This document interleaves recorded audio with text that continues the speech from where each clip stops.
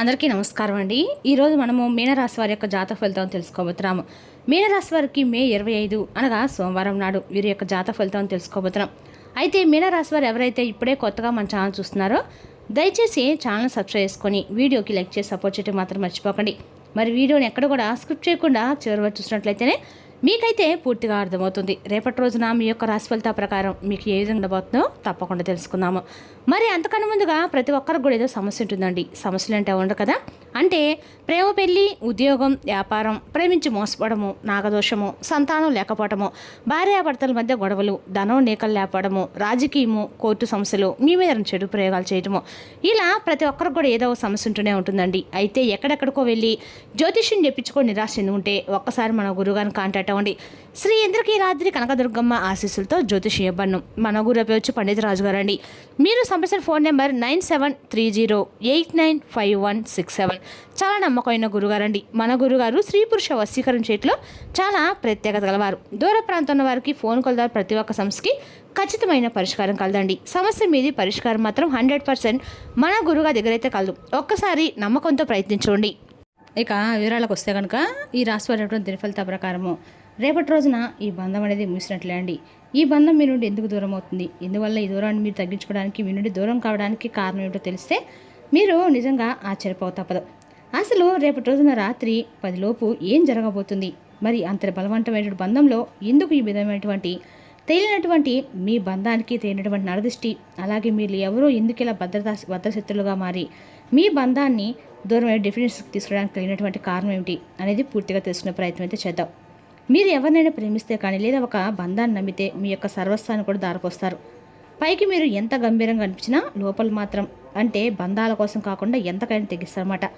పంతాలను ఎప్పుడు కూడా మీరు పట్టించుకోరు. కానీ మీలో ఉన్నటువంటి గొప్ప గుణం ఏంటంటే ఎదుటివారికి మీకు కొంచెం మిమ్మల్ని చూస్తుంటే మీలో ఉన్నటువంటి అసమర్థత తేలినటువంటి ఒక బాధ ఈజీగా కనిపిస్తుంది. అదే మీ యొక్క అమాయకత్వం. మీరు అందరినీ కూడా మీలాగే మంచివారని చెప్పి అనుకుంటూ ఉంటారు. గతంలో ఎన్నిసార్లు మీరు మోసపోయినప్పుడు కూడా అందరినీ కూడా నా వాళ్ళని చెప్పి నమ్ముతూ ఉంటారు. ఎవరినైనా కానీ చాలా గుడ్డిగా నమ్మేస్తారు. సరిగ్గా ఆ నమ్మకమే ఇప్పుడు మీ పలట శాపంగా మారబోతుంది. మీరు ఎవరికైతే ప్రాణం ఇచ్చారో వారే మీ ప్రాణం తీసేంత పనిచేస్తున్నారు. ముఖ్యంగా ఆ బంధం ఒక్క రోజులో దూరం కావడం లేదండి.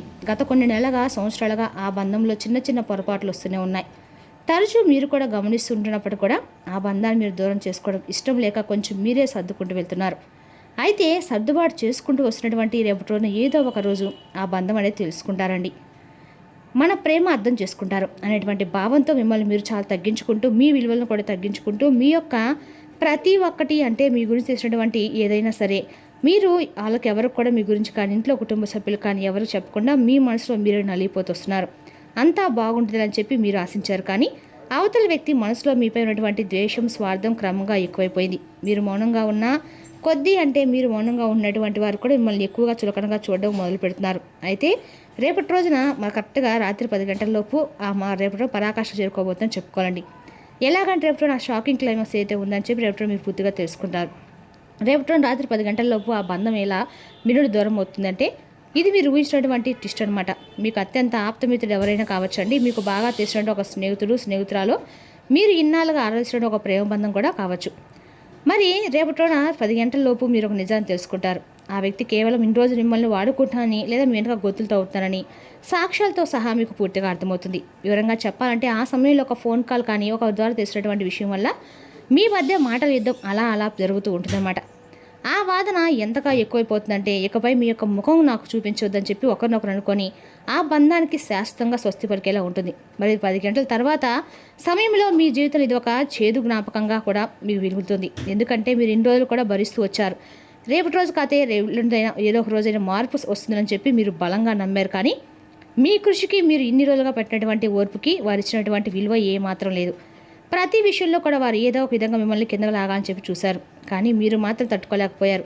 దీనికి కారణము ఆ వ్యక్తి చేసినటువంటి నమ్మక ద్రోహం. అయితే దీని అంతటికీ కూడా కారణం అది కేవలం డబ్బు కానీ ఈర్ష కానీ వారికంటే మీరు బాగా సెటిల్ అవుతారనో మీకు వస్తున్నటువంటి మంచి పేరును చూసి తట్టుకోలేకపోవడం, మీరు ఎవరికైతే కష్టకాలంలో తండగా నిలబడ్డారో వారి మిమ్మల్ని గుండెల మీద తనడము, ఇదంతా కూడా మీ మనసుకు చాలా తీవ్రమైనటువంటి లోటు మిగులుస్తుంది. అయితే ఆ వ్యక్తి మీ పత్రాన్ని కోరుకుంటూ కొంతమంది శత్రులతో సైతం చేతులు కలిపి మీకు మీ మనసుతో ఆడుకుంటున్నారు. అయితే గుర్తుపెట్టుకోండి, మీరు బాధపడాల్సిన అవసరం లేదండి. ఎందుకంటే మీరు అన్నీ ఫేస్ చేస్తూ ఉన్నటువంటి గొప్ప వీరులు. అంటే చిన్నప్పటి నుండి కూడా ఎన్నో రకాల బరువు బాధ్యతలు మోశారు. కష్టం విలువ తెలుసు. అలాగే ఏ సమయంలో ఎలా సమన్వయపాలనతో ఉండాలి, ఏ కష్టాన్ని ఎలా మనం ఎదుర్కోవాలి, ఎలా ఫేస్ చేయాలి, ఏ సమస్య వస్తే మనం ఎలా నడవాలి అనేది మీకు బాగా తెలుసు. కాబట్టి ప్రతి దానికి కూడా మీరైతే కృంగిపోవడం, బాధపడడం, నిరాశపడడం ఇవన్నీ కూడా గడిచిపోయినటువంటి కొన్ని సంవత్సరాలుగా జరుగుతూ వస్తున్నాయి. కాబట్టి మీరేమి దేనికి కూడా బాధపడే అవసరం లేదండి. మీకు అత్యంత ప్రియమైనటువంటి వ్యక్తులు ఎక్కువగా మీ చుట్టూ ఉన్నాయని చెప్పి మీరు తెలుసుకోలేకపోతున్నారు. గుడ్డిగా కొంతమంది వ్యక్తులు నమ్మి అదే నిజమైన బంధం అని చెప్పి తెలుసుకోలేక వారిని నా అని చెప్పి బాగా ఎక్కువగా వారిపై తగినటువంటి ఒక నమ్మకాన్ని కలిగి ఉండటం వల్ల మీరు కొన్ని ఎదురు దెబ్బలను ఫేస్ చేస్తున్నారన్నమాట. కాబట్టి ఇక్కడైనా గుర్తించండి, మీరు మానసికంగా చాలా స్ట్రాంగ్గా ఉంటారు. ఒంటరితనాన్ని అనిపిస్తున్నారు. అయినప్పటికీ నిజం చెప్పాలంటే ఒంటరితనమే చాలా గొప్ప విషయం. ఒంటరిగా ఉంటేనే ఏ బాధలో ఉన్నా కూడా మనల్ని ఏమి చేయలేవండి. అయితే మిమ్మల్ని కలిగించేటువంటి భావన అసలు ఏంటంటే రేపటి రోజున విషయాన్ని కడుపులో ఉంచుకోవడం కంటే కూడా బయటకు కక్కేయడం చాలా మేలు కదా. మరి ఆ బంధం అనేది దూరం కావడం వల్ల మీకు పెద్దగా నష్టం అయితే తెలియదు. అంతా అపకారం జరుగుతుందని భగవంతుడు మీకు అపకారమే చేశాడు. మరి ఆ బంధాన్ని దూరం చేసుకునేది రేపటి మీరు కొంచెం బాధగా అనిపించినప్పుడు కూడా కురింగిపోకుండా బలంగా నిలబడండి. అలాగే రేపటి మీరు తప్పకుండా కాస్త కూడా ఎక్కడైనా సరే శివాలయం వెళ్ళి స్వామివారి దర్శనం చేసుకోండి. ముఖ్యంగా రేపటి తప్పకుండా శివాలయంలో ఓం నమో నారాయణ మన మంత్రాన్ని జపించడము అంటే అక్కడ మంచిది. ఇక అలాగే దగ్గర ఉన్నటువంటి స్వామివారికి సంబంధించినటువంటి ఏ రూపానైనా పర్వాలేదు కానీ కాస్త కూడా రేపు రోజున శివాలయ దర్శనము, శివుని యొక్క అభిషేకం చేసినట్లు కూడా చొమ్మునీళ్ళు ఇచ్చినా చాలండి. ఎందుకంటే మన శివుడు అంటే ఐశ్వర్యప్రదాత. కాబట్టి శివుని మనం ఎంత కొలిస్తే మనకు ఐశ్వర్యం ఖచ్చితంగా కలుగుతుంది. ఈ ఒక్క విషయం మాత్రం గుర్తుంచుకోండి. ఒంటరిగా ఉండి పాత విషయాలను కూడా తలుచుకోకండి. ముఖ్యంగా మీకు రేపటి ఖచ్చితంగా కూడా ఈ అనే వ్యక్తి వల్ల నీకు ఖచ్చితంగా జరిగేదైతే మార్పు ఇదేనండి. ఖచ్చితంగా కూడా మీ జీవితం అనేక రకాల మార్పులు అయితే మీరు ఖచ్చితంగా చూడబోతున్నారని చెప్పుకోవాలి. అదేవిధంగా రేపటిన ఈ బంధాన్ని మీరు దూరం చేసుకున్నాక మీ జీవితంలో అనేక రకాల మార్పులు అయితే ఖచ్చితంగా కలుగుతాయని కూడా చెప్పాలి. అదేవిధంగా రేపటిన ఈ రాశి వారికి అంతా కూడా అనుకూలంగా ఉన్నప్పుడు కూడా మీరు ఎన్నాళ్ళ నుంచో బాధపడుతున్న విషయం రేపటిన మీకు అయితే ఒక ముగింపుకి అయితే ఖచ్చితంగా వస్తుందండి. ఇక ఈ విషయంలో మాత్రం మీరు బాధపడాల్సిన అవసరం అయితే ఎట్టు పరిస్థితులు కూడా లేదని తెలుసుకోండి. అదేవిధంగా రేపటిన ఈ రాశి వారికి అంతా కూడా అనుకూలమైన రోజు, యోగదాయకమైన రోజు అని కూడా చెప్పుకోవాలి. మీరు ఎన్నాళ్ళ నుంచి పడుతున్న బాధలకి స్వస్తి పలకబోతున్నాడు భగవంతుడు. మీకు రేపటి కూడా అనుకూలమైన రోజే ఉంది. అదేవిధంగా రేపటి మీరు ఎంతో ఎవరితో కూడా గొడవలు పడకుండా పెట్టుకోకుండా ఉండండి. ఒంటరిగా ఉండి పాత విషయాలను కూడా తలుచుకోకండి. మీకు బాగా నచ్చినటువంటి ఏదైనా ప్రదేశానికి వెళ్ళడం కానీ లేదంటే సంగీతం వినడం కానీ ఇలాంటి ప్రదేశాలు మీరు చేయడం ఉంటే అండకాలు కూడా మంచిదండి. అదేవిధంగా రేపటి మీకు బాగా నచ్చినటువంటి వ్యక్తితో కాసేపు టైం స్పెండ్ చేయడం కూడా ఇటువంటి చేయడం ద్వారా మీరు కొంచెం ఆ వ్యక్తులు క్షమించి విడిచేయండి. పగ పెంచుకోకండి. పగ మిమ్మల్ని మరింత ఎక్కువ కృంగతీస్తుంది కాబట్టి ఆ బంధం అనేది మీ నుండి దూరం అయిపోతుంది. అది దైవబలం, దైవ సంకల్పం కాబట్టి మీ మనస్థానానికి కూడా ఒక హద్దు అనేది ఉంటుంది కదా. భగవంతుడు మిమ్మల్ని రక్షించాలని చెప్పి గుర్తుపెట్టుకోండి. గడిచిన కాలం అయితే మరలా రాదండి. వెళ్ళిపోయినటువంటి మనుషులు కూడా మన జీవితంలోకి రానవసరం లేదు. కాబట్టి ఈ పరిణామం మీ కళ్ళు తెరిపించిన దానికి భగవంతుడితో పాటు ప్రకృతి చేసినటువంటి ఒక ప్రయత్నం. కాబట్టి ఈ ప్రయత్నాన్ని మీరు కూడా స్వాగతించండి. ఒక కొత్త ఉదయం అనేది తర్వాత ఒక లైఫ్లో స్టార్ట్ అవుతుందండి.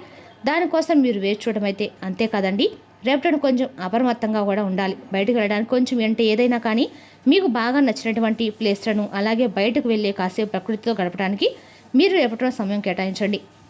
అదేవిధంగా రేపటి ఈ రాశి వారికి ఉద్యోగ వ్యాపారం చూసినట్లయితే ఈ రాశి వారికి అంతా కూడా ఉద్యోగంలో ఉద్యోగస్తులకి అధికారులు ప్రశంసలు దక్కే అవకాశం ఉంది. పెండింగ్లో ఉన్న పనులు పూర్తవుతాయి. వ్యాపారస్తులకి కొత్త ఒప్పందాలు కలిసి వస్తాయి.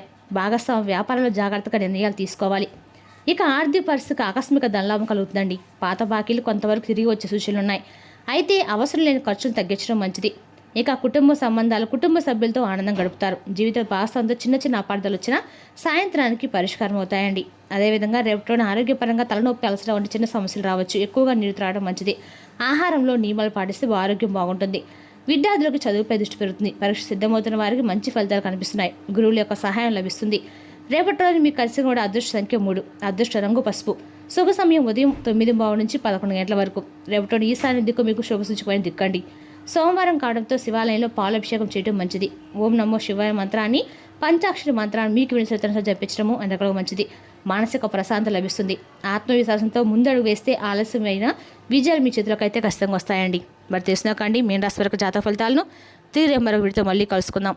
Thank you for watching.